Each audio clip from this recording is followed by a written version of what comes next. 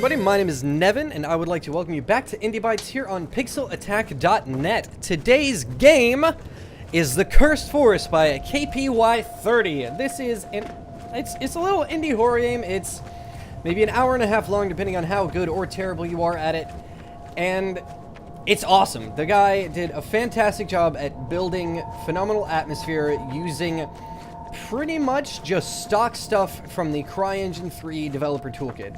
And this is especially impressive, I feel, for a developer's first game. There's a lot of really subtle sound, a lot of really subtle cues in the environment, and it's good old paranoia scares.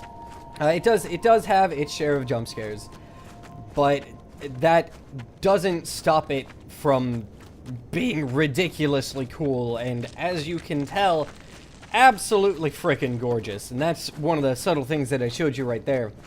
That little visual cue, I believe it denotes checkpoints and stuff like that. So if I were to go and get my butt kicked, I would respawn right there. And it's just so many cues from lighting, sound, and little things that go on in the environment. Now, the story is you were on the way to... Oh, geez, I paused the game. You were on your way to see your mother at the hospital when you ended up going off the beaten path, and you wound up in this forest. And it's just a really uneasy feeling just about the whole thing.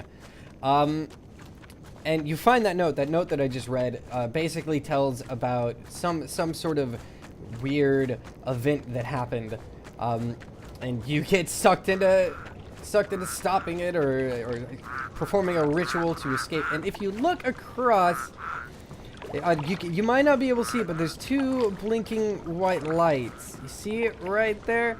And they moved. That's the spooks. That's the kind of subtle stuff that's always happening. There's always something lurking in the shadows, and those frogs are terrifying. I don't like them. They're creepy. Normally we would need to go and get that, but stuff may or may not happen when you grab that red thing. It's you need to collect bones and stones to perform a ritual to cleanse the forest, as it were. And it's incredibly well done. It's very well paced. There are a couple of parts that could be done a little better. They're just kind of executed a little poorly, but it's forgivable due to the quality of pretty much everything else in the game. The person who made this English is not his first language, so there are some pretty silly translation. Oh Jesus! I forgot about that.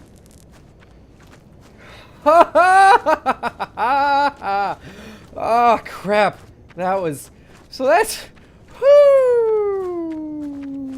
the game in a nutshell. Wow. Huh. As I was saying, the person who made this game, English is not his first language, so there are some pretty endearing translation problems, and I feel like it just adds to the environment, because it kind of makes sense. That is all the time that we have for this episode, and really all that I want to show you guys so that I can avoid spoiler territory, because seriously, this is something that it's best for you to just play through on its own. One other minor thing about it is that there is no save system, so you have to play through it in one sitting, or you get scared through all the same stuff all over again. Alright, that is it for this episode. I would like to thank you once again for joining me. If you have any suggestions for an indie game that I should check out on IndieBytes, feel free to leave a comment in the comments section below, or to shoot me a tweet. My handle is @ForkH, and I will see you guys next time. Bye! For the love of games!